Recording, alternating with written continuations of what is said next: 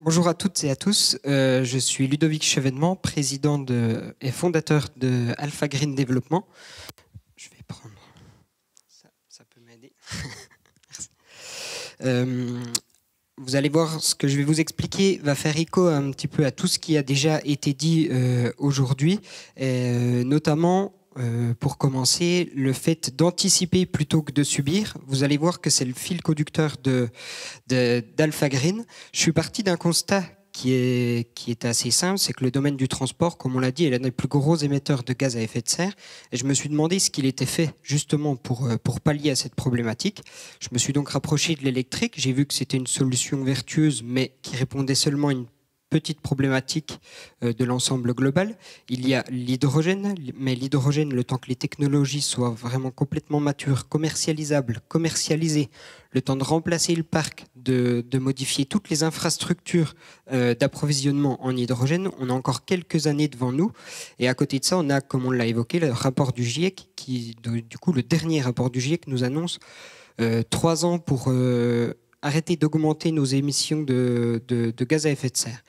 Donc de ce constat-là, je me suis dit qu'il était peut-être plus judicieux de réduire les émissions polluantes du parc actuel. Je me suis dit que de réduire de 10% les émissions du parc actuel mondial était peut-être plus intelligent, plus judicieux, plus impactant que d'attendre effectivement ces mobilités plus vertes. On va avancer. Alors, je me suis fixé un cahier des charges assez strict. Je voulais que ça soit écologiquement intelligent, donc aucun produit chimique. On a eu pas mal de recherches et c'est pour ça que on utilise l'hydrogène pour décarboner les moteurs diesel, essence et biocarburant. Les émissions, on parlait de territoire durable ce matin. La pollution de l'air, notamment dans les grandes villes, est principalement due au transport, aux mobilités à énergie fossile. Donc, avec ces différents polluants, le CO2, on le sait, c'est le gaz à effet de serre, les NOx et les hydrocarbures qui atteignent directement notre santé. À partir de là, j'ai développé cette technologie qui permet plusieurs choses: d'allonger la durée de vie des véhicules, donc on est dans le prolongement de la vie, on évite de surconsommer, de surproduire, on réduit les émissions polluantes, donc des 3 gaz que l'on vient de voir, et puis après toutes ces démarches-là sont valorisables sur différents axes. On a parlé de taxonomie ce matin, donc pour les entreprises, on réduit cette partie-là. On allonge la durée de vie des véhicules et comme la démarche est valorisable, on augmente la notation pour les appels d'offres, les marchés publics et puis les notations auprès des banques. Puisque comme ça a été évoqué ce matin, le cadre législatif est en train de se durcir vis-à-vis de l'image de marque des entreprises. Voilà, on va passer un petit peu sur le fonctionnement. Comment est-ce que ça fonctionne? On vient injecter de l'hydrogène à l'entrée du moteur, donc juste après le filtre à air, et on vient le nettoyer. On pourrait y faire une analogie à détartrer une cafetière, par exemple. Quand on brûle du carburant, on crée de la suie, un petit peu comme dans une cheminée où c'est qu'il faut venir ramoner cette cheminée puisqu'il y a une accumulation de suie. C'est exactement pareil dans les moteurs et c'est ce qui fait que les moteurs perdent en performance, en augmentation de consommation et puis toute cette problématique vient engendrer des pannes assez onéreuses de type filtre à particules, AdBlue. C'est des pannes qui sont connues pour toute la motorisation diesel. Ce qui fait qu'on se connecte sur l'électronique du véhicule, on a accès à l'intégralité de ce qui se passe dans le moteur, on fait un diagnostic pour cibler où sont accumulés ces résidus de combustion, puisque un véhicule qui fait de la ville ou un camion qui fait de l'international qui fait 200 000 km par an sur autoroute ne va pas être encrassé de la même manière. Donc on s'adapte, on commence l'injection d'hydrogène, les techniciens utilisent la procédure de nettoyage adéquate selon le diagnostic et suivent l'évolution des paramètres en temps réel et on arrête une fois que les paramètres sont redevenus bons. Ce qui fait qu'on fait que du sur-mesure. On analyse les gaz d'échappement avant et après intervention, ce qui fait qu'on est capable de quantifier et la baisse des émissions de CO2, de NOx et d'hydrocarbures. Voilà un petit peu pour les chiffres. Par exemple, si on dépollue 100 poids lourds, il faut en moyenne une réduction de 1500 tonnes par an. Donc l'impact, il est quand même assez important. Je rebondis. Vincent Gaffard, qui est directeur régional de Total Énergie au sein de la direction France, a fait le petit calcul que si on traitait 10% du parc français de poids lourds, on éviterait d'émettre 2 millions de tonnes de CO2 par an. C'est l'équivalent de 2 fois les émissions de gaz à effet de serre du Grand Besançon Métropole. Donc on voit que l'impact est vraiment très fort. De cette technologie, j'ai créé tout un programme d'accompagnement qui se découpe en plusieurs phases, où c'est qu'on a un diagnostic, on établit une feuille de route, les interventions se font sur site, on a des camionnettes équipées, c'est nous qui nous déplaçons sur site, on redonne un bilan d'intervention avec toutes les valeurs avant, pendant et après, on va voir un exemple juste après, et puis le certificat de l'engagement environnemental. Alors la première analyse, toutes nos interventions sont enregistrées et alimentent une base de données, ce qui fait qu'à l'heure actuelle, on est capable d'analyser tout un parc et d'estimer les gains en émissions de CO2 qu'on va pouvoir générer véhicule par véhicule. Ce qui fait qu'à partir de là, on peut y dessiner une feuille de route.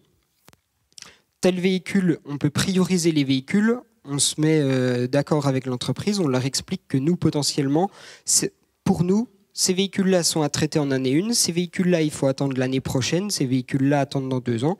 Ça permet d'étaler les interventions. Et puis que quand nous, on intervienne, ça soit automatiquement judicieux pour les gains. Les interventions, comme je le disais, on fait une analyse des gaz d'échappement précise avant et après chaque intervention. Là, ça réexplique un petit peu notre manière de travailler. Là, c'est l'exemple d'un bilan d'intervention qui est envoyé au client par véhicule. On retrouve les coordonnées du technicien pour s'il y a des questions, les coordonnées du véhicule, la date d'intervention, et puis les valeurs. Par exemple, là, c'est les valeurs d'émissions de gaz d'échappement. Donc en hydrocarbure, qui est une particule cancérigène, on est à 11 particules par million. Une fois que notre intervention était terminée, on est retombé à 0.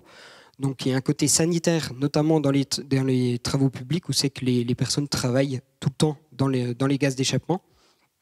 Et puis en émissions de CO2, on voit qu'on était à 4,85 avant intervention et puis 1,7 après.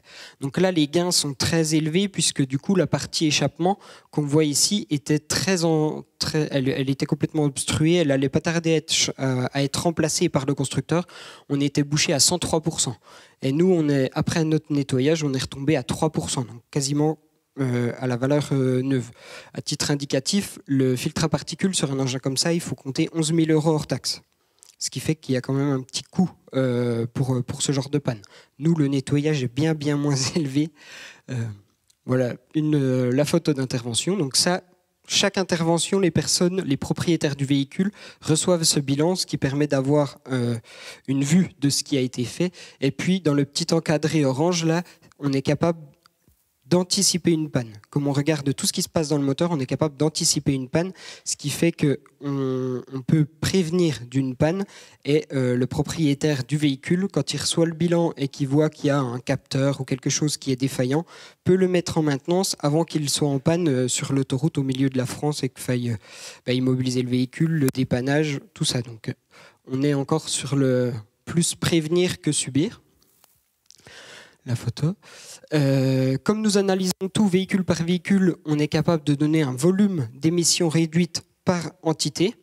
Donc on remet une plateforme numérique dédiée à l'entreprise qui est visible du grand public sur Internet, où on retrouve la convention d'accompagnement signée et puis surtout le certificat ici avec la réduction des émissions de CO2, la baisse de consommation d'énergie, les particules, enfin ça réexplique un petit peu les résultats de l'accompagnement par Alpha Green. Et comme cette plateforme numérique est visible du grand public, elle est valorisable partout. J'ai architecturé ce programme d'accompagnement pour que chacun puisse valoriser la démarche de l'autre. Si on prend l'exemple de ce matin, l'entreprise retenue, c'est Michelin. Ils ont expliqué qu'ils souhaitaient réduire de 15% leurs émissions liées au transport. Et bien du coup, dans leurs appels d'offres, s'ils en sous-traitance, les entreprises de transport, par exemple, qui bénéficient du programme d'accompagnement, du programme by Alpha Green, ont une plateforme numérique et puis le sous-traitant, le transporteur, peut donner accès à la plateforme numérique à l'entreprise Michelin, et puis Michelin peut, elle, la valoriser dans ses démarches RSE, et puis aussi au niveau de l'État, puisqu'on a expliqué que du coup, il y a toute la taxonomie qui va avec, donc du coup, chacun peut valoriser la démarche de l'autre, ce qui fait que ça peut faire effet boule de neige, comme on l'expliquait ce matin. Et puis, dans les grandes lignes, on travaille principalement pour tous les propriétaires de véhicules, de flottes, collectivités, entreprises, beaucoup dans les travaux publics, dans le transport. À Monceau-les-Mines, là, on intervient, on travaille pour le groupe Projet Martin, qui est implanté à Monceau. Donc, voilà un petit peu pour nous, pour Alpha Green. J'étais seul pour rebondir sur, si j'ai encore quelques minutes.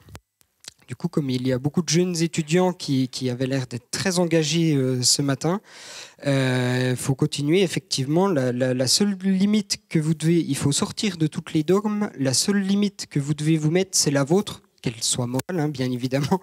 Mais moi, à titre d'exemple, j'ai commencé, j'avais cette idée en tête, j'ai démissionné, je suis parti sans le chômage.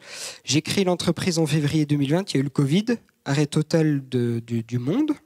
Ça a bouleversé un petit peu mes plans. C'était pas la meilleure période, mais j'avais vraiment envie, je croyais en mon projet, j'ai continué. Du coup, je suis resté seul jusqu'en août 2021. Et là, à l'heure actuelle, j'ai bien fait de persévérer, puisque du coup, nous sommes déjà une équipe de 10 personnes et ça va encore grossir. Nous recrutons des techniciens, des logisticiens. Nous sommes en train de nous déployer au niveau national et l'international se dessine plus précisément. Donc, il faut s'engager, il faut y aller. C'est cette volonté-là qui crée l'espoir pour les autres, pour les personnes autour. Donc, allez-y, continuez.